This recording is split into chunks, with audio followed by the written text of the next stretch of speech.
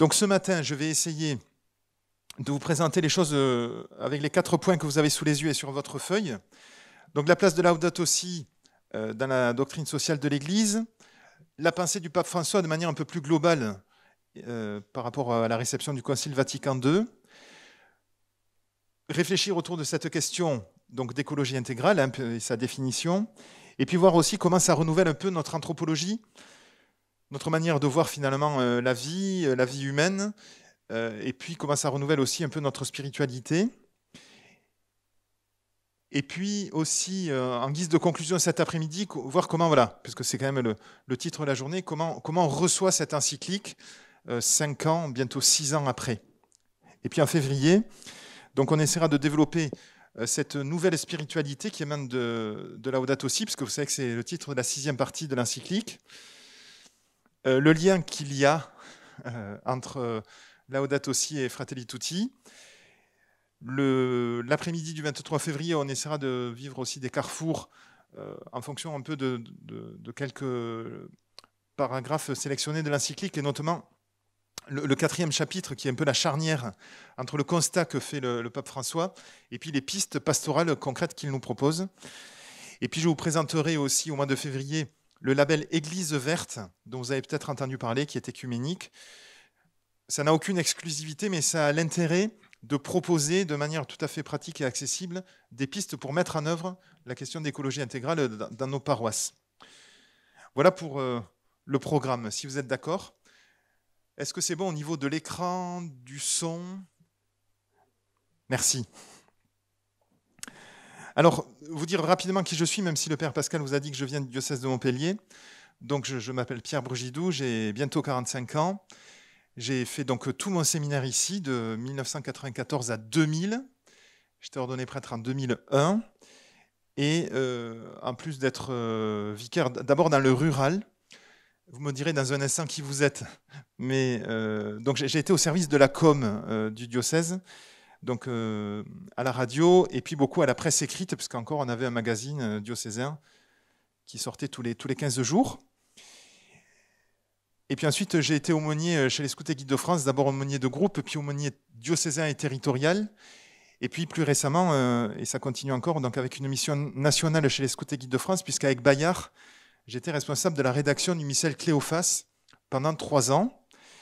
Et cette année, les Scouts et Guides de France m'ont demandé d'être rédacteur en chef d'un document épiscopat qui va sortir au mois de juin sur le centenaire du scoutisme en France. Et puis de 2013 à 2020, j'étais responsable diocésain de la pastorale des jeunes. Vous m'excuserez si dans mon discours, les jeunes aujourd'hui et le 23 février prennent pas mal de place, mais voilà, ça a quand même marqué mon ministère, puisque pendant 7 ans, j'étais à la pastorale des jeunes. Et puis donc, voilà, plus récemment, l'évêque m'a envoyé faire un parcours à la Cato à Paris. Et puis, depuis le 1er septembre, j'ai un peu changé de métier, puisque depuis le 1er septembre, je suis curé de paroisse, ce que je n'avais pas encore été, sur 4 clochers du littoral de l'Hérault, donc Frontignan, c'est le pays du Muscat, mais aussi des stations balnéaires. Donc Frontignan, La Pérade, Vic-la-Gardiole et Mirval, donc c'est précisément la partie littorale qu'il y a entre Sète et Montpellier. Mais j'ai encore une mission diocésaine, puisque depuis le 1er octobre, notre évêque et notre évêque auxiliaire ont nommé une nouvelle délégation diocésaine à l'écologie intégrale. Le monsieur que vous avez sur la photo, il s'appelle Jean-Marie Durand. C'est un jeune retraité. Il est ingénieur agronome à la base, mais il a travaillé pour le ministère de l'Industrie et de l'Écologie à l'époque où l'écologie fonctionnait avec l'industrie. Aujourd'hui, on a déjà changé de paradigme. Mais lui, il a travaillé comme expert donc, dans ce ministère-là. Donc lui, il est le responsable de la délégation diocésaine à l'écologie intégrale. Moi, je suis le prêtre accompagnateur. Et donc, comme la photo le montre, il y a 14 personnes qui essaient de, voilà, à la fois de représenter les âges, les parties rurales et urbaines de notre diocèse, et aussi les engagements dans l'Église, pour que cette question ne soit pas uniquement soit les spécialistes de l'encyclique, soit les écolos purs et durs, soit seulement ceux du milieu rural, mais qu'on puisse vraiment prendre à bras le corps dans toutes les dimensions de la pastorale cette question. Voilà pour cela. Alors, de près ou de loin, cette question de l'écologie intégrale nous intéresse. Alors, je serai attentif un peu au vocabulaire qu'on utilise, parce que très souvent, la question écologique, on a l'impression que ça se réduit simplement aux questions de météo, mais pour faire réducteur. Or, évidemment, ça n'est pas le cas, puisque la proposition qui nous est faite par le pape François, c'est que la question de l'écologie intégrale, comme son nom l'indique, intègre et n'exclut pas les autres dimensions de la réflexion. C'est pour ça qu'on parlera d'anthropologie, de spiritualité, mais j'espère aussi qu'on aura le temps de parler de catéchèse, de liturgie et autres. Si vous allumez la radio, regardez Internet ou lisez les journaux, c'est tous les jours, aujourd'hui, qu'il y a des titres sur ces grandes questions qui nous préoccupent, de conversion, de changement, de transition. Et on verra d'ailleurs que finalement le vocabulaire est assez riche. Ce n'est qu'un panel que je vous mets sous les yeux. Et on s'aperçoit quand même qu'aujourd'hui, une majorité de Français s'intéressent à la question. Mais, et je ne veux pas non plus du tout l'exclure de la réflexion, il y a aussi les climato-sceptiques, c'est-à-dire ceux qui sont capables de nous mettre ce genre de titre sur un journal, et bien d'autres. Alors vous connaissez la figure de Greta Thunberg, là, cette jeune Suédoise qui a tout juste 17 ans encore. 18 ans, elle est de 2003. Ah oui. Ah bon, mais très bien. Alors elle a eu 18 ans, elle est de 2003. Bravo, merci, mais c'est bien. Voilà. Bon, on parle de totalitarisme vert ou d'autres expressions. Hein. Il y en a qui parlent des Khmers verts. Bon, mais tout simplement, on a aussi parfois l'impression que le combat est dur. Et encore, le terme combat est peut-être pas tout à fait le plus approprié. Mais on peut se dire la question n'est pas du tout acquise ni gagnée, même si, on l'a vu d'ailleurs aux dernières élections municipales en France, des grandes villes de France, comme Lyon ou Bordeaux ou Marseille, ont été gagnées par des partis politiques verts. Mais d'autres villes, c'est le cas de Paris par exemple, mais aussi le cas de Montpellier, sont restés à gauche. Mais il y a une majorité dans les conseils municipaux qui font avec les partis verts. Mais évidemment, je ne réduis pas la question de l'écologie intégrale à la question politique. Mais c'est quand même très présent. Pour ce qui nous concerne, et c'est ce que je vais aborder avec vous aujourd'hui, nous, dans l'Église, par rapport à notre ministère de prêtres, de diacres, on a des enjeux éducatifs, pédagogiques et de transmission qui nous intéresse. Et je crois qu'en étudiant à la fois l'écologie intégrale et la réception de l'encyclique Laudato Si, on va se poser ces questions-là. Alors soit parce qu'on a à cœur de se les poser, parce qu'on a une sensibilité, une fibre qui est liée au scoutisme, qui est liée à nos parents, à nos grands-parents, parce qu'on a passé nos vacances dans une ferme, parce qu'on a fait de la randonnée, du ski, parce qu'on aime les sports de nature, parce qu'on part en vacances au camping, parce qu'on a cette fibre-là, soit parce que on s'y intéressait peut-être de manière un peu par curiosité intellectuelle, soit aussi parce qu'il y a une urgence. Mais la question de l'écologie intégrale, ce serait dommage de s'y intéresser seulement parce qu'il y a une urgence climatique. Ce serait un peu, là aussi, un petit peu réducteur. Voilà donc le programme de la journée. Alors, je commence avec cette photo qui a été prise sur le littoral de l'Hérault. Pourquoi ? Parce que cette réflexion m'est venue. Donc, pendant 12 ans, j'ai habité à Montpellier, puisque j'étais en paroisse et à la pastorale des jeunes, donc plutôt en milieu urbain. Les maires des communes du littoral n'ont pas voulu que le tramway arrive jusqu'à Palavas-les-Flots, en disant, je mets tout entre guillemets, le tramway va déverser sur nos plages la racaille du quartier de la Paillade. Bon, évidemment, les jeunes de la Paillade, ils vont en tram jusqu'au terminus, ils marchent 10 minutes à pied ou 12, et puis ils arrivent à la plage. Pourquoi ? Parce que quand on est à la plage, eh bien, pour des jeunes qui habitent dans des quartiers, et on l'a vu beaucoup pendant le premier confinement, c'est le lieu le plus accessible pour être en lien avec la nature. Et quand on va à la plage, il peut faire chaud, très chaud, l'eau peut être froide, on a du sable sur les pieds, il faut se protéger du soleil. Et puis, quand on va à la plage, quelle que soit la saison, ça je le sais bien, en fait, on n'est jamais seul sur la plage. C'est assez étonnant. Bon, ça, c'est une photo prise l'été, mais dimanche après-midi, on allait se promener sur la plage de Frontignan-Plage. Il y avait beaucoup de monde. Et des lieux comme ça, où on n'a pas besoin d'aller très loin, de dépenser de l'argent. Tout à l'heure, il y aura des photos un peu plus exotiques, mais ça nous permet de s'apercevoir que nos contemporains ont besoin du contact avec la nature. S'ils vont à la plage, à Montpellier, c'est plus facile d'aller à la plage en un quart d'heure que quand on habite dans le Vaucluse. Mais il y a d'autres lieux de nature qui sont accessibles pour vous. Je ne sais pas si les gens sont montés au Ventoux parce qu'il est enneigé actuellement. Le week-end dernier, par exemple, voilà, ils ont peut-être eu envie de voir on a un très beau point de vue du Ventoux, mais aussi d'avoir un contact avec la nature, avec le froid, avec la neige, avec le ciel. Voilà. Et peut-être que ça vous est arrivé aussi, parce qu'il y en a qui ont fait du scoutisme ou autre, mais de célébrer la messe dans la nature. Moi, ça m'est arrivé de célébrer la messe là où la photo a été prise. Bon, se dire là, on rend présent le corps du Christ, et puis nous sommes le corps du Christ, à un endroit où la création nous entoure. Je parlerai du label Église verte le mois prochain, mais les orthodoxes, donc, qui est œcuménique, les orthodoxes ont un train d'avance par rapport à nous, par rapport à toutes ces questions qui sont liées à la création. Parce que dans la liturgie orthodoxe, le cosmos est bien plus présent que dans le nôtre, voilà, que dans la nôtre liturgie. J'attire votre attention, alors surtout aux prêtres, la préface numéro 5 des dimanches insiste beaucoup sur cette dimension cosmique dans la liturgie, et même la prière eucharistique numéro 3, que vous connaissez par cœur, entre la préface et la consécration, donc insiste beaucoup. Tu es vraiment Saint Dieu de l'univers,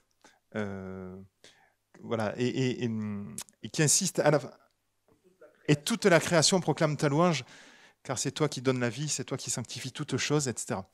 On peut, alors vous avez fait un dimanche de la création, ou une journée de la création. Je vous en parlerai aussi un petit peu plus tard de ce qu'on a fait à Montpellier. Mais chaque dimanche, celui qui préside la messe dominicale peut, sans qu'on dise, qu'on insiste beaucoup là-dessus, en prenant la 5e préface du dimanche et la prière eucharistique numéro 3, voilà, mettre la dimension cosmique vraiment au cœur de notre liturgie de l'Assemblée dominicale. Et pourquoi j'avais pris cette photo aussi? Parce que le hasard, hein, celui qui est en bleu, là, c'est un de mes neveux. Mais autour de lui, d'abord, il y a du monde, c'est ce que je disais. Hein. On n'est pas tout seul, même si on est... Sébastien, tu es dans le rural, même si on est loin. Mais on ne vit pas sur une autre planète, ni sur une île déserte, ni dans une grotte. Voilà. Nous sommes nombreux, et de plus en plus nombreux. Vous savez que le cap des 8 milliards d'habitants de la planète est franchi, ou sur le point d'être franchi.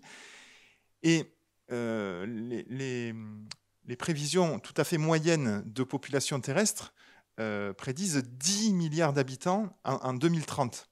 En 2050, pardon, en 2050. Donc dans 30 ans, on est 10 milliards d'habitants. La planète a les ressources pour nourrir 10 milliards d'habitants. En revanche, la répartition des richesses, la distribution de la nourriture et les questions climatiques, j'en ai pas encore parlé, ne peut pas garantir que dans 30 ans, on arrivera à nourrir dignement 10 milliards d'habitants. Mais la question donc, de la démographie est très présente. Aujourd'hui, la population augmente. Et j'en parlais hier avec le père Pascal. Donc il y a 1,2, mais il y en a d'autres d'entre vous qui êtes nés sur le continent africain. Donc 1,2 milliard d'habitants sur le continent africain, mais qui va donc doubler d'ici 2050. Voilà. S'il y a 2,5 milliards d'habitants sur le continent africain, qui est le premier impacté par les questions de réchauffement, comment on peut nourrir toute cette population-là. C'est possible, mais il faut le souhaiter, il faut le décider, il faut prendre les moyens pour y arriver. Donc on n'est pas tout seul. Voilà. Et si nous, les chrétiens, nous interrogeons sur ces questions de transition écologique, c'est parce que nous savons, parce que pour nous, la notion de corps est importante et la notion de communauté aussi, nous savons qu'on ne peut pas vivre seul et que donc notre intérêt, ce à quoi nous nous intéressons, c'est la vie humaine. Et quand on va parler donc de la pensée du pape François, évidemment, on va s'apercevoir que lui, sa préoccupation, ce n'est pas que le changement climatique, mais c'est la personne humaine au centre de sa préoccupation. Alors, là c'est un peu pour réagir, hein. Je vais faire apparaître en rouge des expressions, des termes qu'on n'a plus trop envie d'utiliser ou de voir apparaître. Alors je vois que vous prenez le diaporama, je vous le ferai passer à l'issue. Voilà. Donc évidemment, prendre l'avion aujourd'hui, ça pose une question de conscience. Rouler au diesel aussi, mais si on est curé dans le rural et qu'on fait 40 000 bornes par an, c'est peut-être incontournable. Bon, acheter des produits sur des sites marchands, ça nous pose aussi des questions de conscience. Utiliser la clim quand il fait 40 degrés l'été, c'est indispensable pour survivre, mais on sait que ça consomme de l'énergie et que ça réchauffe encore plus le pays dans lequel on vit. Bon, rouler un SUV, c'est peut-être pas dans nos finances de prêtre. Manger des fraises ou des tomates à Noël, on sait que c'est pas des produits de saison, etc. En revanche, et ça je suis sûr que vous y êtes sensibles, et que les chrétiens dont nous avons la responsabilité, ils sont sensibles, et en particulier, alors vous le verrez, mais pour moi c'est vraiment une conviction, et en particulier les jeunes chrétiens. Bon, c'est des attitudes que nous pouvons adopter, que nous avons déjà adoptées. Le covoiturage, faire attention à notre isolation, au circuit court, donc manger des produits de saison et produits pas loin de chez soi. Qui a un poulailler dans le jardin de son presbytère? Bon. Il y en avait? Moi j'en ai, ça y est, j'ai des poules. Quand j'étais à Montpellier, c'était pas possible, mais depuis la rentrée, j'ai un poulailler. Je n'ai pas besoin d'acheter de nourriture pour les poules. Les enfants du caté, les sacristines, on m'amène des restes alimentaires, des épluchures, du pain dur. Enfin, c'est moi qui nourris les poules, mais je n'achète pas d'alimentation pour elles. Qui a un compost partagé dans son quartier, par exemple, ou dans son village? Oui. Bon, les déplacements doux. Bon, j'ai fait l'effort de venir de Frontignan hier à vélo. Bon, j'ai mis mon vélo dans un TER. Hein. J'allais de chez moi à la gare en vélo, et puis pour venir dans la gare ici, c'était en vélo, mais c'est pas très loin. Qui parmi vous a des abeilles? Pas encore. Vous allez vous y mettre. Mais, et c'est là que vraiment, il ne faut pas uniquement limiter notre réflexion sur l'écologie aux questions de climat. Voilà, nos actions de solidarité, dans un mois quand je reviendrai, ce sera déjà le carême.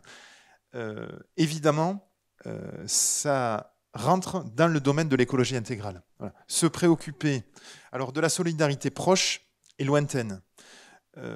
Pendant le confinement, on l'a vu, mais voilà, nos actions de solidarité à proximité, le Secours catholique, Saint-Vincent de Paul, toutes les actions qu'on peut mener. Nous, dans le collège de l'enseignement catholique où je vais, les élèves ont fait des dizaines et des dizaines de cartes qu'on a apportées dans les EHPAD pour Noël. Parce que les personnes dans les EHPAD, on ne peut pas les visiter, ou très très peu. On ne peut même pas, nous, aller y célébrer la messe de Noël ou prier avec les résidents. Donc voilà, c'est des actions de solidarité proches. Et puis, évidemment, et ça c'est la dimension catholique et universelle de notre Église, la solidarité internationale, s'occuper de ceux qui sont loin. Alors bien sûr, la question des migrants se pose. On parle de migrants climatiques aujourd'hui. Ça nous préoccupe de près. D'abord parce que c'est un état de fait. Deuxièmement, parce qu'on sait très bien que pour l'instant, on n'a pas de solution. Et troisièmement, parce qu'on sait que ce n'est que le début du phénomène. On sait que ceux qui arrivent ici, qui ont traversé le désert à pied et la Méditerranée à la nage, dans le meilleur des cas, ils arrivent d'Érythrée, d'Éthiopie, de Somalie, donc les pays où il fait déjà particulièrement chaud, et que s'ils quittent leur pays, ce n'est pas par plaisir ou par défi, mais c'est un peu un dernier recours parce que les problèmes d'eau, d'agriculture, d'alimentation, de paix obligent les plus courageux, les plus chanceux peut-être, à quitter leur pays en se disant que peut-être s'ils arrivent en Grande-Bretagne, ils arriveront à obtenir l'asile et puis éventuellement des papiers, puis peut-être un job et renvoyer de l'argent dans leur village, etc. Voilà, mais la question des migrants va nous occuper de plus en plus de manière urgente, mais va occuper les pays, les États, l'Europe, etc. Bon, les questions de production d'électricité, c'est quand même une grande question. Est-ce qu'il y en a parmi vous qui roulent en voiture électrique ou hybride? Non, pas encore. Bon, vous savez que c'est la grande question, ça faisait partie des titres de journaux que j'ai fait apparaître tout à l'heure. Est-ce qu'il faut abandonner notre voiture thermique? Est-ce qu'il faut passer à l'hybride? Est-ce qu'il faut passer au tout électrique? En France, on sait que la production électrique, c'est 75% encore du nucléaire, mais les écolos, moi j'en fais pas partie, mais militent pour la sortie du nucléaire, la sortie rapide du nucléaire. Or, en Allemagne, ils sont en train de sortir du nucléaire, mais ils ont rallumé des centrales à charbon. Moi, j'aime beaucoup Angela Merkel pour tout ce qu'elle a fait, notamment pour les questions de paix, de construction européenne, etc. Mais je pense que le choix en matière énergétique en Allemagne est le mauvais choix. Alors, en plus, dans la vallée du Rhône, il y a des centrales, hein, mais je crois que le nucléaire aujourd'hui, c'est le moindre mal. Ce n'est pas la meilleure des solutions pour produire de l'électricité, mais que c'est le moindre mal. Pourquoi? Parce que, bien sûr, il faut trouver des solutions pour les déchets nucléaires, mais la production électrique dans les centrales, aujourd'hui, pendant la production, ne pollue pas. On ne rejette que de la vapeur d'eau dans le ciel. Et de toute façon, alors le pape François le dit dans l'encyclique, ce n'est pas que le président Macron qui parle comme ça, on ne va pas revenir à la chandelle. C'est certain. Donc, on a besoin de se déplacer, de se chauffer, de se climatiser, de manger, d'avoir des loisirs, etc. On ne reviendra pas en arrière. Donc, la production d'électricité, c'est un besoin nécessaire. Et il faut arriver aujourd'hui à produire de l'électricité. Alors, bien sûr, le photovoltaïque, l'éolien, etc. se développent.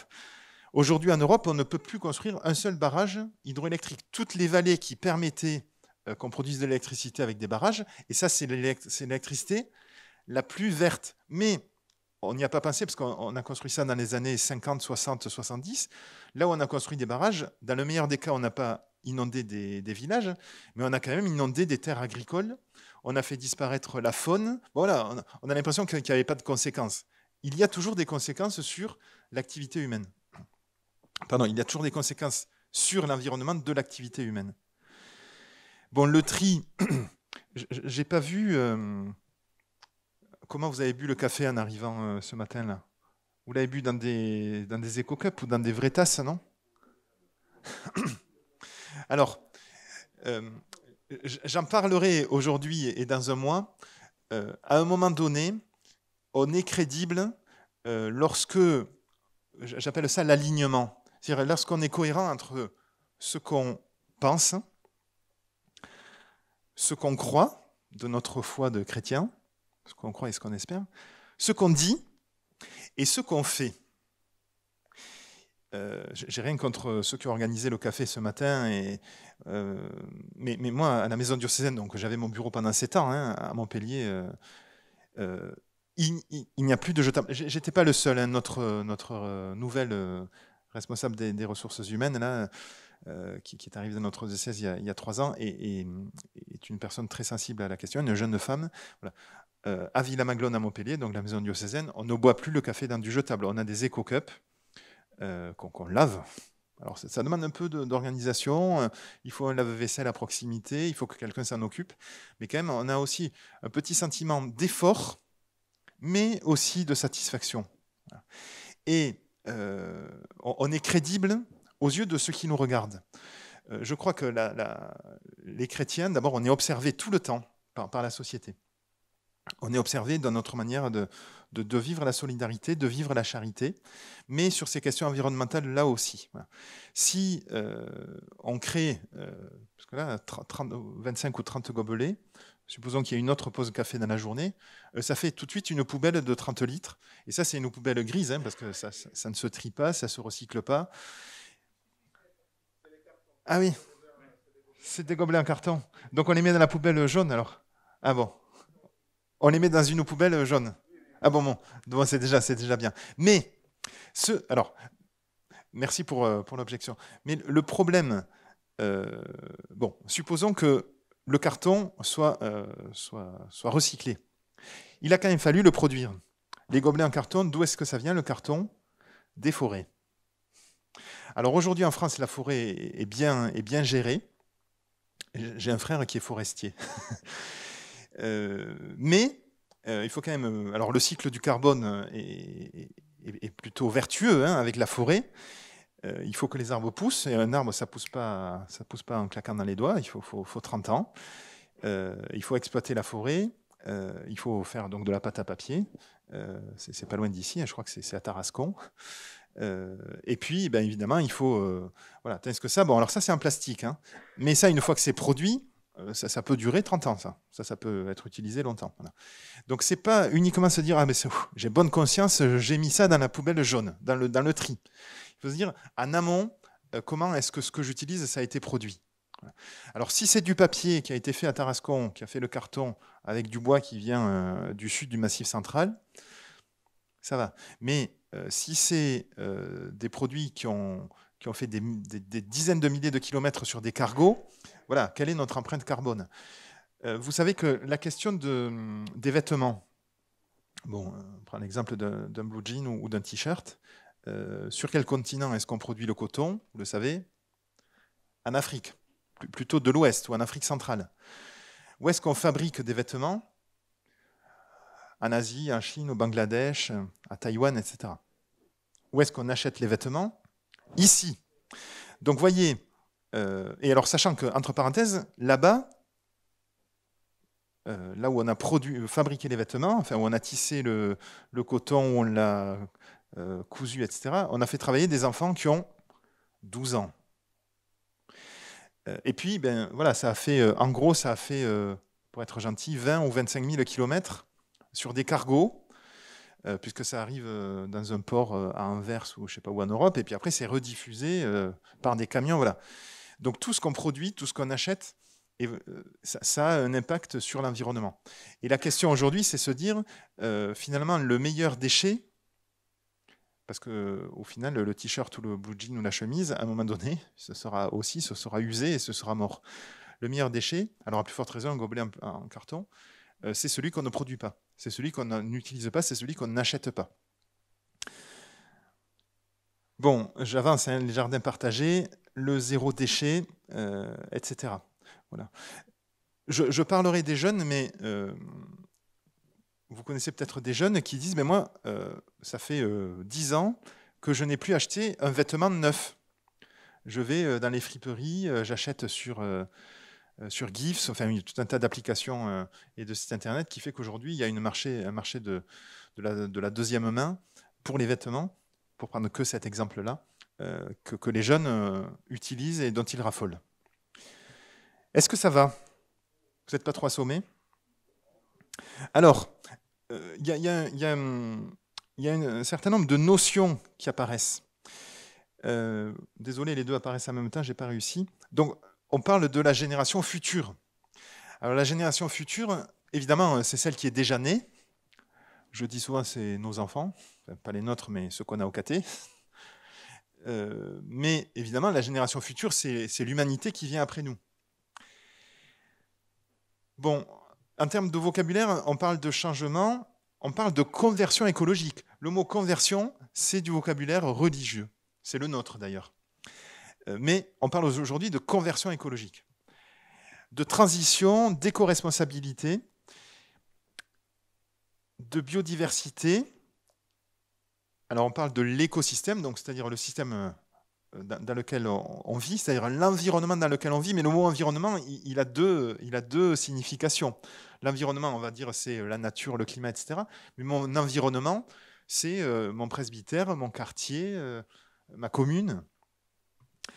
On va parler, je l'ai déjà utilisé d'ailleurs, d'empreinte, de notre empreinte carbone. Voilà, de la raréfaction des ressources, puisque les ressources, comme notre création, c'est fini, c'est limité. C'est-à-dire tout ce dont on dispose, on l'a à portée de main, notamment dans les mines, de préservation de l'environnement. Alors, on parle de durable. Ça, c'est le vocabulaire aujourd'hui très utilisé. Est-ce que nos choix permettent que ce soit durable?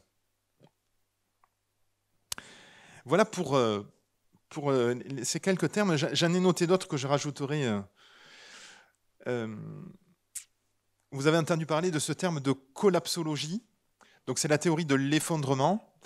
Bon, c'est les astrophysiciens, ou en tout cas les plus pessimistes en termes climatiques, qui disent qu'on va droit dans le mur et qu'à ce rythme-là, en 2100, ça pourrait être la fin d'une partie de la vie à la surface de la Terre, de la vie humaine à la surface de la Terre et de toute forme de vie à la surface de la Terre.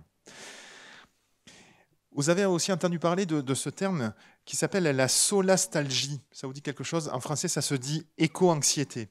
Des ados, des étudiants, aujourd'hui, disent, mais moi, par exemple, quand je serai adulte, je n'aurai pas d'enfants, parce que je ne vais pas transmettre la vie à la génération future, dont on n'est pas sûr que la vie à la surface de la Terre soit possible. Voilà. On parle du vivant, et puis, c'est un terme que j'utiliserai peut-être encore, on parle de l'anthropocène. C'est-à-dire l'anthropocène, c'est le constat comme quoi, aujourd'hui, l'activité humaine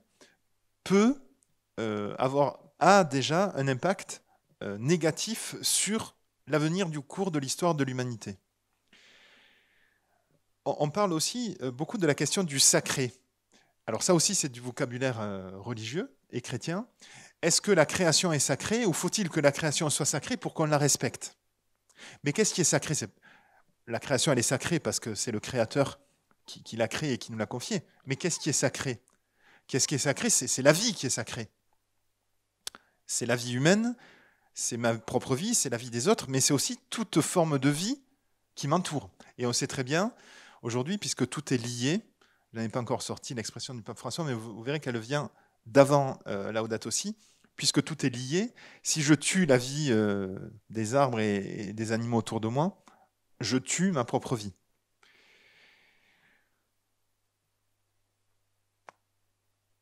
Voilà pour les quelques termes dont on a besoin un peu pour se comprendre. Alors, même si on a pris ensemble tout à l'heure l'office de tierce, ça me semblait important de commencer aussi par un texte de la parole de Dieu, au chapitre 5 de l'évangile de Matthieu. Jésus disait à ses disciples, vous avez appris qu'il a été dit œil pour œil et dent pour dent. Eh bien moi je vous dis de ne pas riposter aux méchants. Mais si quelqu'un te gifle sur la joue droite, tends-lui encore l'autre. Et si quelqu'un veut te poursuivre en justice et prendre ta tunique, laisse-lui encore ton manteau. Et si quelqu'un te réquisitionne pour faire 1000 pas, fais-en 2000 avec lui. À qui te demande, donne. À qui veut t'emprunter, ne tourne pas le dos. Vous avez appris qu'il a été dit, tu aimeras ton prochain et tu haïras ton ennemi.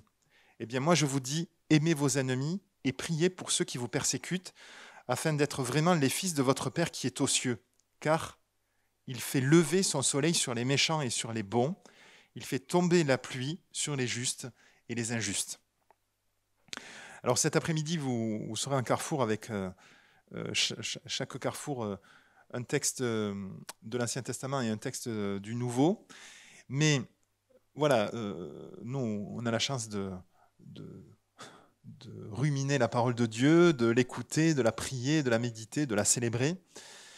Mais voilà, dans la parole de Dieu, nous avons finalement tout. Voilà, quand on se dit, c'est en 7 versets de l'Évangile, que Jésus nous donne le commandement de l'amour, nous invite au pardon, et puis nous dit que Dieu est miséricordieux même envers les pollueurs. Parce que c'est ce que dit ce texte de l'Évangile là. Si Dieu aime toute notre humanité, bien sûr, il aime ceux qui ont un comportement vertueux, ceux qui vivent le commandement de l'amour, mais il aime aussi, puisqu'il est le Dieu miséricordieux, il aime aussi les pollueurs.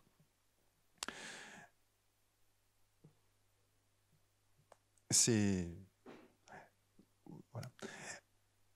Je vous disais que les orthodoxes avaient un train d'avance par rapport à nous, mais je crois aussi que les protestants sont assez sensibles à cette question de l'écologie intégrale. À Montpellier, donc, nous avons lancé, donc il y a bientôt, enfin c'est pas très vieux, il y a moins de 3 ans, le groupe qu'on appelle Église verte Héros. Et le jour où nous avons lancé ça avec 2 responsables du scoutisme, un ingénieur agro, un confrère prêtre du rural, enfin on était 10 à la première rencontre, on a envoyé le mail d'invitation à la pasteur donc de l'Église protestante unie de Montpellier, qui était ma pendante pour la pastorale des jeunes. Elle m'a dit, je fais suivre l'info. Et ce jour-là sont venus des personnes donc, de l'Église protestante unie de France et des personnes d'une église évangélique. Et puis à la seconde réunion, et puis aujourd'hui on se réunit assez régulièrement, est venu le prêtre orthodoxe et notre chrétien de son église orthodoxe grecque. Et aujourd'hui, nous vivons l'écuménisme. Il y a d'autres réalités écuméniques hein, dans l'Hérault, mais par rapport à cette question de l'écologie intégrale. Et j'ai découvert que Luther a écrit « Si l'on m'annonçait la fin du monde pour demain, je n'en planterai pas moins un petit pommier aujourd'hui. » Ça a été dit au XVIe siècle. Voilà.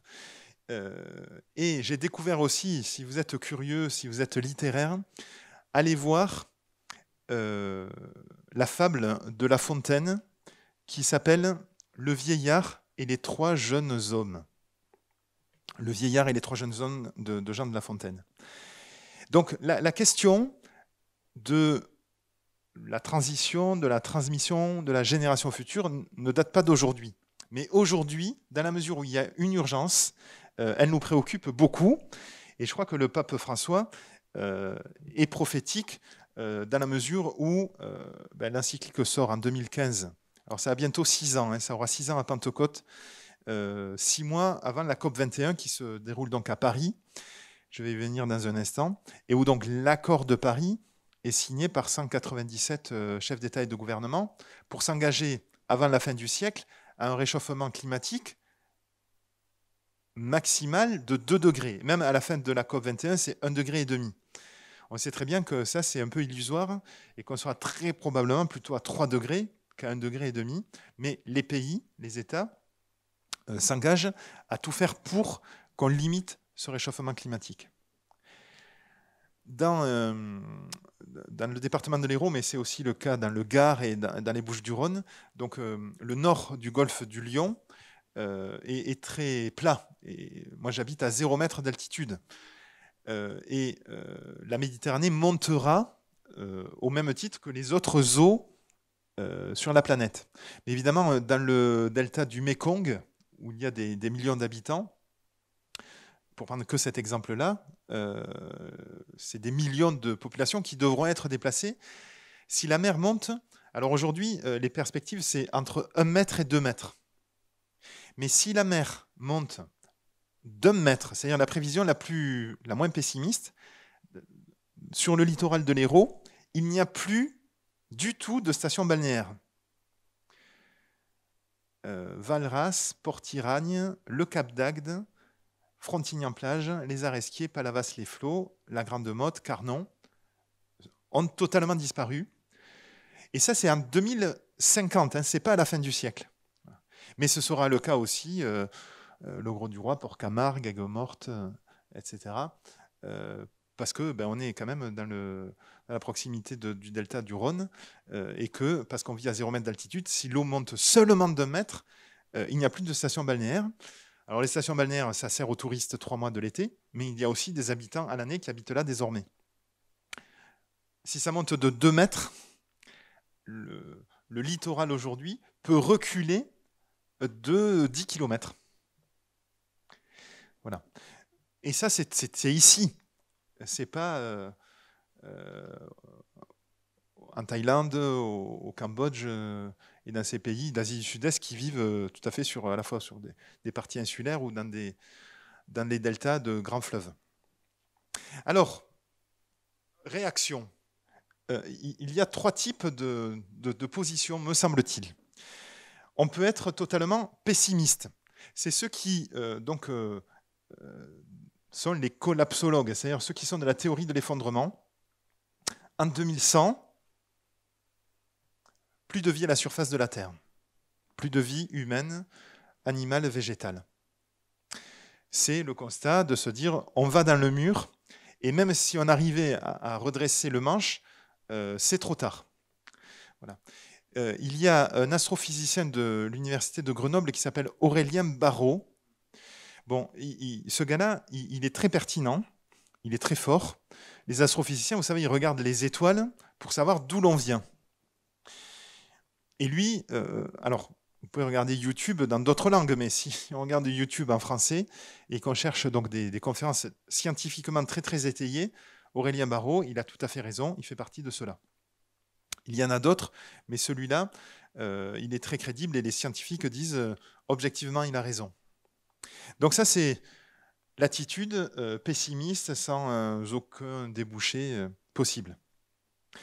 Ensuite, il y a l'autre attitude de se dire optimisme, plus, mais oui, mais on va faire confiance à la science, on va s'en sortir, vous verrez, il y a des ingénieurs, des chercheurs, des scientifiques, tout le monde travaille, et on va réussir à enrayer le problème de la pollution, de la montée des eaux, et on va trouver des solutions. Bon, ça c'est cuit les petits oiseaux, parce que même si beaucoup bossent à trouver des solutions, c'est pas garanti que la fin du siècle, donc dans 80 ans, on ait largement réussi à préserver la vie à la surface de la Terre. Alors, dans ces deux positions-là, globalement, pour prendre une image qui va avec l'eau, en termes d'action, ben, les pessimistes disent « toute action menée est inutile, c'est une goutte d'eau dans un océan. Ça ne sert à rien que j'ai des poules, ça ne sert à rien que je fasse le tri, ça ne sert à rien que je roule plus au diesel. Ça ne sert à rien que je préfère circuler à vélo ou en train qu'en avion. Ça ne sert à rien. » Et donc ceux-là, globalement, non seulement ils sont pessimistes, mais en plus ne prennent aucun engagement de changement. Les optimistes, eux, ils disent chaque action menée à bien est vertueuse parce que les petits ruisseaux font les grandes rivières. Donc allons-y et on va y arriver. Bon, très bien. Mais on sait très bien que si c'est seulement le citoyen qui mène ces petites actions-là, c'est insuffisant. Ce n'est pas inutile, mais c'est insuffisant. Pourquoi ? Parce que les citoyens n'ont aucun poids dans une balance par rapport aux industriels et par rapport aux États. Globalement, pour en revenir à la production d'électricité en France, c'est quand même l'État qui décide, même s'il y a des industriels, mais c'est l'État qui décide si notre électricité vient plutôt des centrales nucléaires que de centrales à charbon ou de fermes photovoltaïques ou éoliennes ou de barrages hydroélectriques, etc.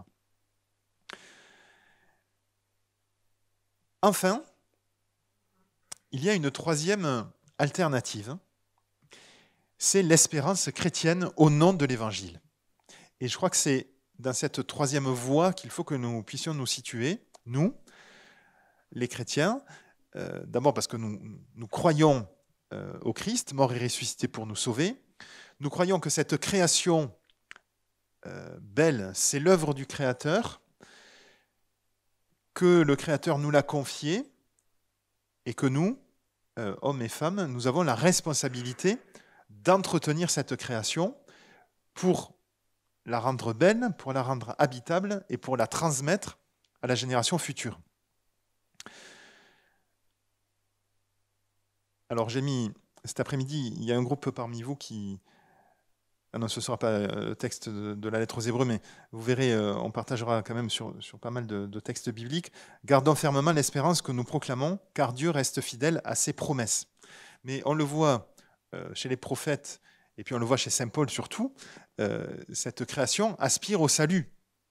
Et ça irait contre notre foi de chrétiens et contre notre espérance de dire cette création, alors elle est en danger immédiat, mais elle est appelée à être sauvée. Voilà.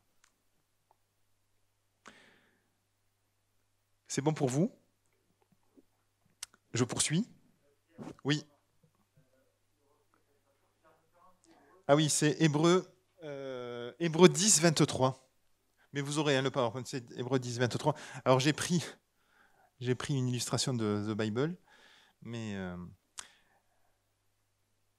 les textes que je donnerai cet après-midi, ils sont dans des Bibles un peu plus conventionnelles.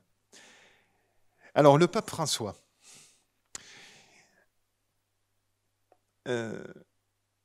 Donc il est arrivé en 2013. On s'est posé de manière légitime la question de se dire est-ce que le pape François il est en rupture avec ses prédécesseurs ou est-ce qu'au contraire il s'inscrit dans la lignée des papes qui l'ont précédé et ce qu'il écrit, est-ce que c'est dans la suite de la pensée de l'Église et du magistère? Oui, le pape François c'est un réformateur, notamment de la curie à Rome, etc. Mais le pape François s'inscrit parfaitement dans la lignée des papes qui l'ont précédé. Depuis Vatican II au moins, puisque donc Paul VI a beaucoup travaillé et s'est beaucoup intéressé sur les relations nord-sud et la grande question du développement des peuples. Le pape Jean-Paul II a travaillé donc la question de la paix dans le monde et la lutte contre les pouvoirs totalitaires.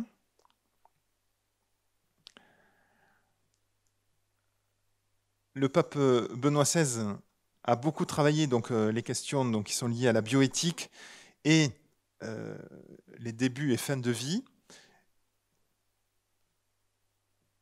Et puis, le pape François, évidemment, lui, finalement, comme tous ses prédécesseurs, dit pour moi, l'important, c'est la personne humaine, le sujet au centre de ma préoccupation, la dignité humaine, et donc cette question donc, de l'écologie intégrale. Voilà. J'essaierai de voir avec vous le mois prochain comment Laudato Si et Fratelli Tutti sont finalement le tome 1 et le tome 2 de la pensée, de la spiritualité, de la théologie du pape François.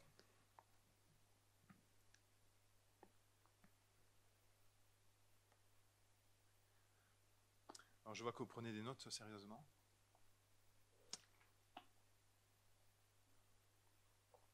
Mais vous aurez le diaporama.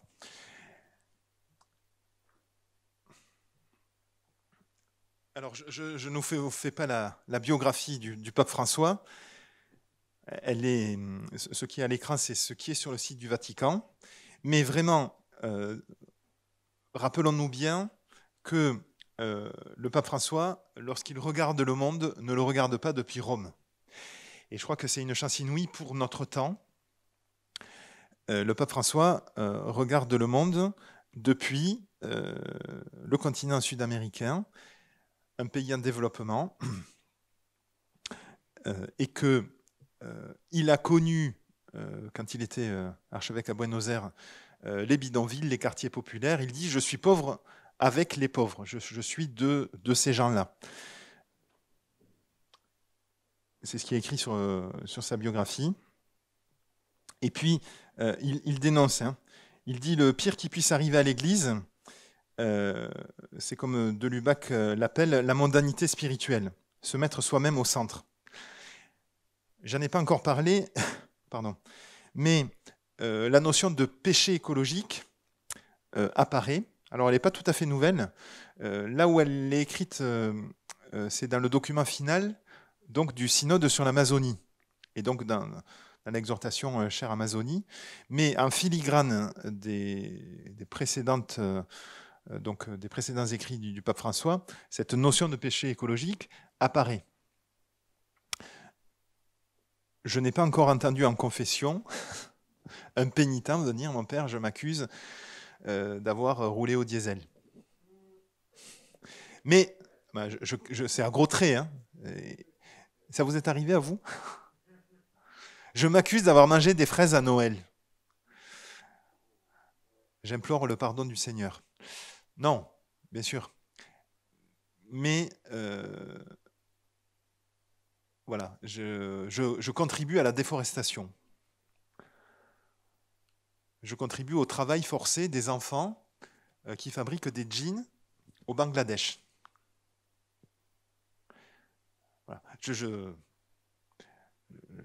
n'incrimine personne, hein. Mais est-ce qu'on en est à ce niveau-là de réflexion? C'est ce qui est écrit noir sur blanc dans Laudato Si, dans Fratelli Tutti et dans Chère Amazonie. Alors, le pape François, j'en ai pas trop parlé, il est jésuite, mais il prend donc le prénom de François. Et évidemment, la spiritualité franciscaine est nette depuis qu'il est arrivé au siège de Pierre. Et évidemment, les 3 premières lignes de Laudato Si, ce sont les 3 premières lignes du cantique de Saint François. Dans la délégation diocésaine à l'écologie, dont je vous ai parlé rapidement tout à l'heure, on a une religieuse, petite sœur de Saint François. C'était notre souhait que la spiritualité franciscaine soit présente dans cette délégation diocésaine. Voilà, l'univers est beau, il est grand, il est infiniment grand, et nous ne l'avons pas complètement exploré. Je vous ai parlé des astrophysiciens dont Aurélien Barraud est un nom français assez connu. Il y a 2 autres astrophysiciens dont je vous parlerai. Vous connaissez le Canadien Hubert Reeves. Bon, il est assez populaire. Comme il est québécois, il parle français, ça aide. Il dit des choses très très vraies. Et puis, il y en a un autre qui s'appelle, accrochez-vous, Trinh Xuan Thuan. Ce sera écrit dans la bibliographie cet après-midi. Il est franco-américano-vietnamien. Il fait partie des inventeurs, parce que ça s'appelle comme ça, du télescope Hubble. Le télescope Hubble, donc il est à 600 km d'altitude, il permet de regarder le ciel avec l'intérêt de ne pas être au ras du sol et d'être impacté par la pollution atmosphérique, lumineuse, etc. Et donc, Trinh Xuan Thuan dit on nous pose souvent la question à nous, les astrophysiciens, qu'est-ce qu'il y a avant le Big Bang? Et il y répond, c'est comme si vous demandez à un géographe, qu'est-ce qu'il y a au nord du pôle Nord? C'est une non-question. Et Trinh Xuan Thuan, mais Hubert Reeves le dit aussi, et tous les autres astrophysiciens le disent aussi, nous ne savons pas.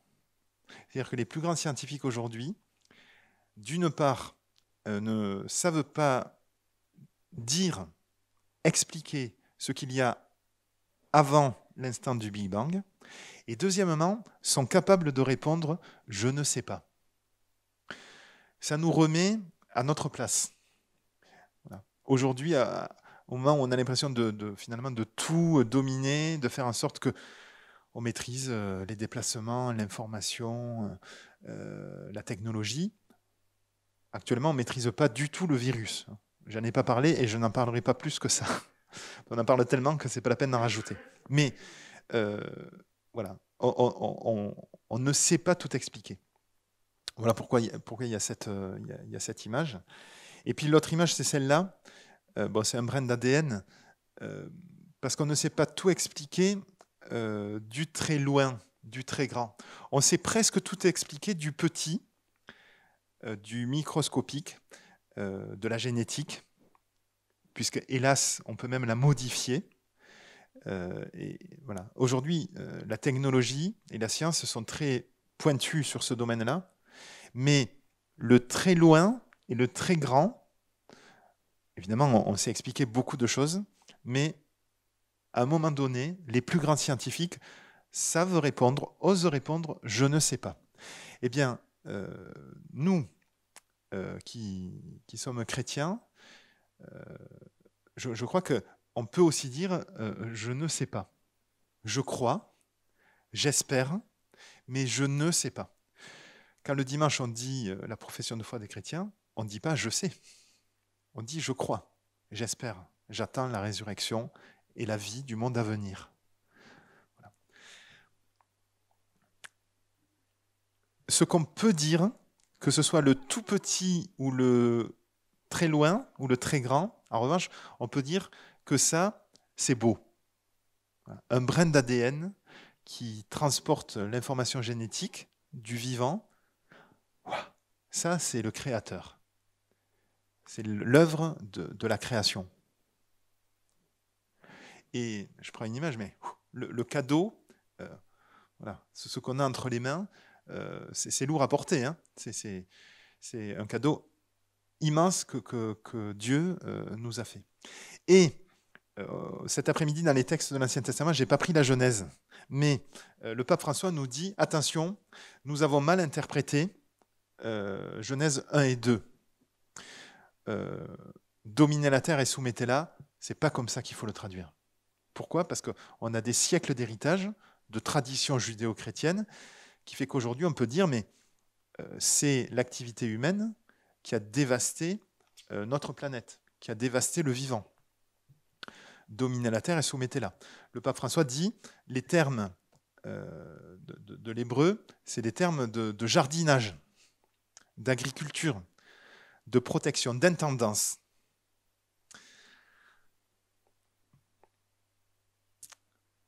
Vous suivez toujours ? C'est pas l'heure de la sieste, ça va ? Alors, la question donc de l'écologie intégrale. Alors, je disais, je vous lis ce qu'il y a à l'écran maintenant que vous l'avez sous les yeux. Donc, le pape François au paragraphe 62 relève que la science et la religion, qui proposent des approches différentes de la réalité, attention, ne mettons pas les deux sur le même plan, peuvent entrer en dialogue. Donc, dès le paragraphe 2 de l'encyclique, donc il rappelle que scientifiquement, on peut affirmer que tout corps humain est constitué des éléments de la planète, les atomes, ce qui ajoute un lien profond entre l'univers, le cosmos, la planète et l'homme. Notre religion ne peut qu'adhérer à cet alignement qui existe entre le tout petit et le tout proche, l'atome, et le très lointain, les étoiles. Le pape François ne le dit pas, mais vous savez que dans notre sang, ce qui permet le transport des globules rouges, ce sont les molécules de fer. Le fer que nous avons dans notre sang, ce sont les mêmes molécules de fer qu'il y a dans des mines de fer, et ce sont les mêmes molécules de fer qu'il y a dans les étoiles. Voilà. Donc il y a cette espèce d'alignement, et quand le pape dit que tout est lié, cet exemple-là le montre. Juste un point d'attention pour pas qu'on tombe dans le piège, et vous avez vu que j'en ai pas parlé quand on parle de Big Bang. La science dit, au-delà du Big Bang, on ne sait pas parce que c'est le début du temps et de l'espace. C'est le début. Ne disons pas, parce que ce serait un raccourci, que la Bible a dit que, ou nous croyons que, à l'instant T de la création, l'Esprit de Dieu planait sur les eaux. On n'est pas sur le même plan. Nous pouvons dire, nous croyons qu'au début de la création, l'Esprit du Créateur était à l'œuvre. Nous pouvons dire, nous le croyons. Mais n'allons pas expliquer le Big Bang par les 2 premiers chapitres de la Genèse. Voilà. On n'est pas sur le même plan. Mais le pape François dit, c'est complémentaire et ça peut entrer en dialogue. Et une des conclusions anticipées de ces 2 journées-là, c'est que la question du vivant, la question de l'écologie, c'est un lieu de dialogue aujourd'hui entre l'Église et la société. Et dans la mesure où les chrétiens se sont documentés, où Laudato Si fait référence, y compris dans le milieu non chrétien, nous sommes crédibles. Vous pouvez tous, à partir du moment où vous avez travaillé Laudato Si, vous avez réfléchi un peu sur la pensée sociale de l'Église, nous pouvons tous avoir une parole fondée, étayée, avec des scientifiques, avec des journalistes, avec des politiques, sur la question écologique aujourd'hui. On a une vraie parole à dire. Et c'est pour ça que je crois vraiment, c'est ce qui nous intéresse aujourd'hui, que c'est un lieu missionnaire, c'est un lieu d'annonce, c'est un lieu de transmission, cette question-là, qui, je le redis bien, ne se réduit pas seulement à des questions de météo, d'accord ? Alors, tout à l'heure, je disais que je mettrais des images un peu exotiques. Bon, mais évidemment, la création est belle quand on voit des beaux paysages, quand on voit des belles fleurs, quand on voit la vie, quand on voit... on a la chance, alors un peu moins actuellement, mais quand on a la chance de baptiser des bébés, des nourrissons, moi je me dis, voilà, chaque vie nouvelle, bien sûr c'est un don de Dieu, et puis il y a un potentiel de vie dans chaque être humain, inespéré, et je crois que ça, c'est vraiment un lieu d'espérance. Ça vous arrive tous, hein, mais quand on connaît bien des paroissiens qui attendent un bébé, on leur dit, avertissez-nous en premier. D'abord, quand le bébé sera né, on pourra rendre grâce à Dieu et prier à son intention et l'intention des parents. Mais quand c'est possible aussi, se dire, on va visiter, même si ça ne dure que 10 minutes, à la maternité des jeunes couples qui ont eu un bébé.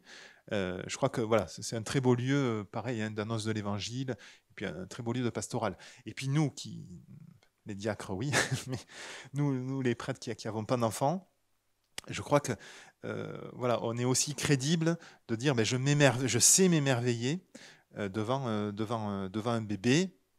Voilà. Mais, et c'est pour ça que j'ai mis cette diapo, devant un paysage, devant un jardin, mais aussi devant ce que l'homme a pu créer. Hein. Moi, je suis assez émerveillé encore par tous nos moyens de déplacement. L'avion, qui pollue beaucoup, hein, mais ça a relié les hommes entre eux, ça a permis de relier les continents. Il ne faut pas incriminer totalement nos découvertes du 19e et du 20e siècle. Hein. Donc, sachons nous émerveiller, mais ne divinisons pas la technologie, bien sûr, mais même la nature. Un beau paysage me parle du Créateur.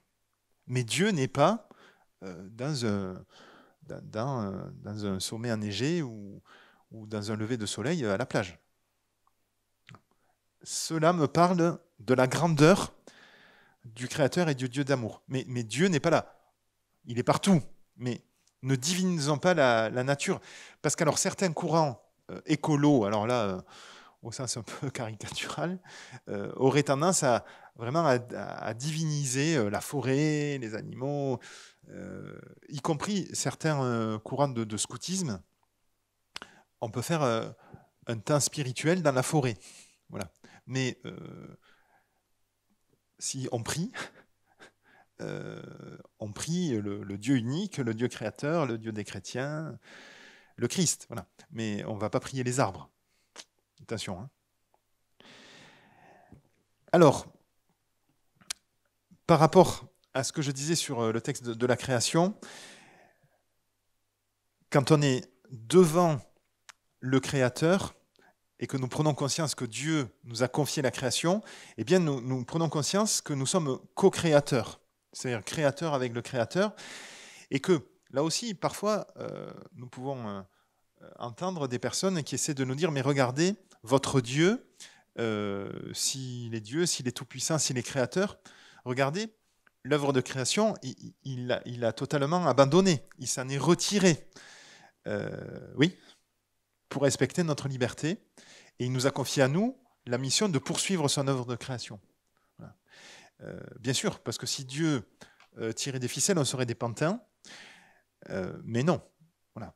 Sinon, Dieu ne serait pas Dieu. Mais Dieu a entrepris l'œuvre de création qu'il n'a pas achevée.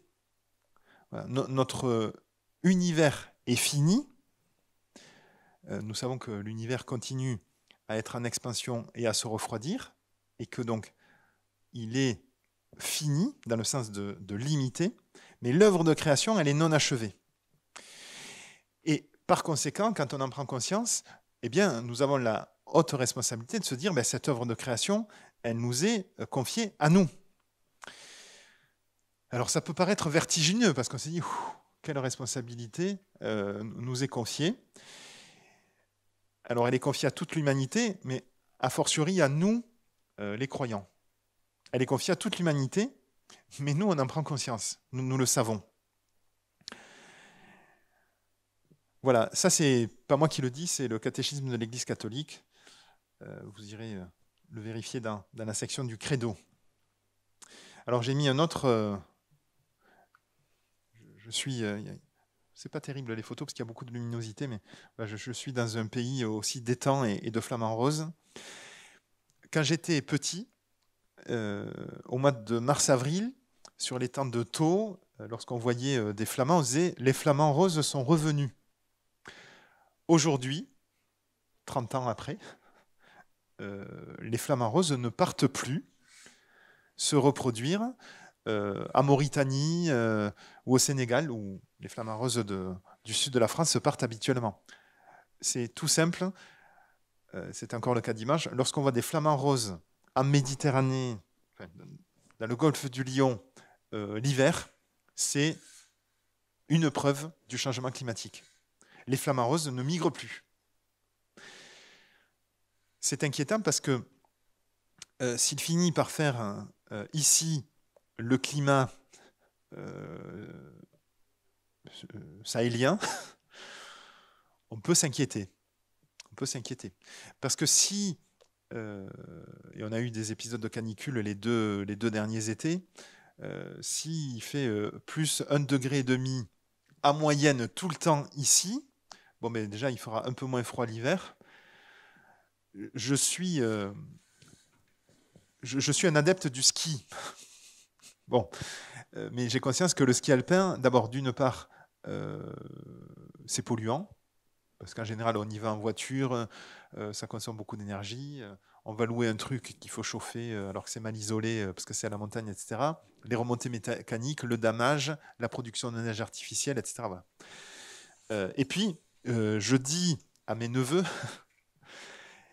et puis dans la paroisse où j'étais avant, on faisait un week-end de ski dans les Pyrénées chaque année. Faites du ski aujourd'hui, parce que je ne peux pas vous certifier que lorsque vous serez adulte, il soit encore possible de skier en Europe. On ira peut-être skier sur l'Everest, mais voilà. Mais ces questions de changement climatique, on les perçoit, quoi. Enfin, on les voit de manière immédiate. Voilà, donc si on voit encore des flamants roses en janvier dans l'Hérault, ça n'est pas normal. Et c'est pas la peine d'aller. Donc, voilà. Et donc, ces histoires de réchauffement, s'il fait 1,5 degré de plus l'été, on va avoir des 40 degrés tout à fait réguliers ici. Mais il faut se dire que si dans les pays où il faut déjà très très chaud, où on manque d'eau, où l'agriculture devient impossible, s'il fait déjà très chaud et qu'on prend 1,5 degré ou 2 ou 3 d'ici la fin du siècle, c'est catastrophique.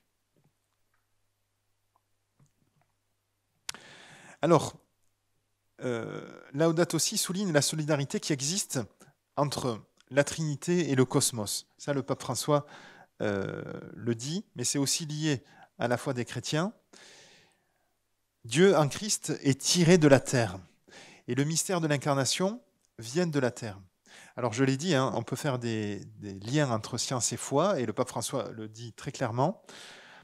Les sciences démontrent aisément que tout est créé à partir des mêmes molécules, le minéral, le végétal, l'animal, l'être humain, Adam, Ève, Noé, Marie et chaque vivant. J'ai rajouté en bas, le Christ, lui, n'est pas créé, puisque nous disons dans le symbole de Nicée qu'il est engendré, non pas créé.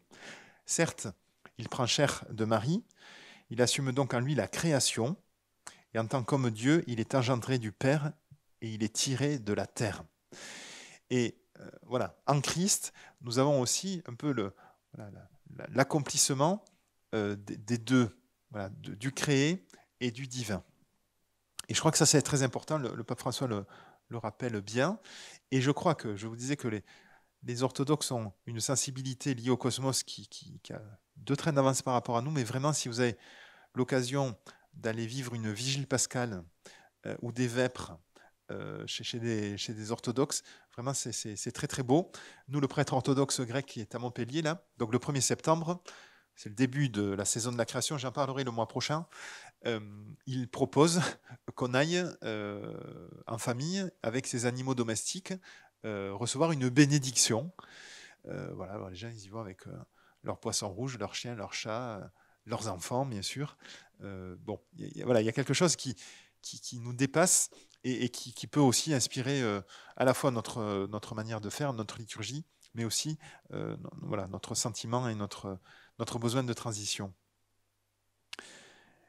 Et donc, Laudato Si, je le disais, j'y insiste beaucoup, peut nous proposer des pistes nouvelles à nous, pasteurs, dans le domaine de la catéchèse, de la liturgie, mais aussi voilà, de la spiritualité. Le 6e chapitre de Laudato Si propose une nouvelle spiritualité liée à l'écologie intégrale. Quand on accompagne des catéchumènes, d'abord, la provenance des catéchumènes en général est très variée. Hein. On a des gens très divers, mais leur baptême la nuit de Pâques a quand même quelque chose là aussi d'inouï. Quand j'étais dans mon avant-dernière paroisse, avec les jeunes de l'aumônerie, c'était les jeunes de l'aumônerie qui prenaient en charge l'animation de la vigile pascale. Vous n'êtes pas obligé de faire pareil, mais après avoir béni le feu sur le parking de l'église, avoir processionné avec nos petits cierges allumés, et avant de rentrer dans l'église, on les a fait se déchausser à toute l'assemblée, hein, marcher dans l'eau, se sécher les pieds, remettre ses chaussures, etc., et rentrer dans l'église. Mais je vous certifie, c'était il y a 10 ans. Hein. Il y a des paroissiens qui se rappellent qu'on a fait ça.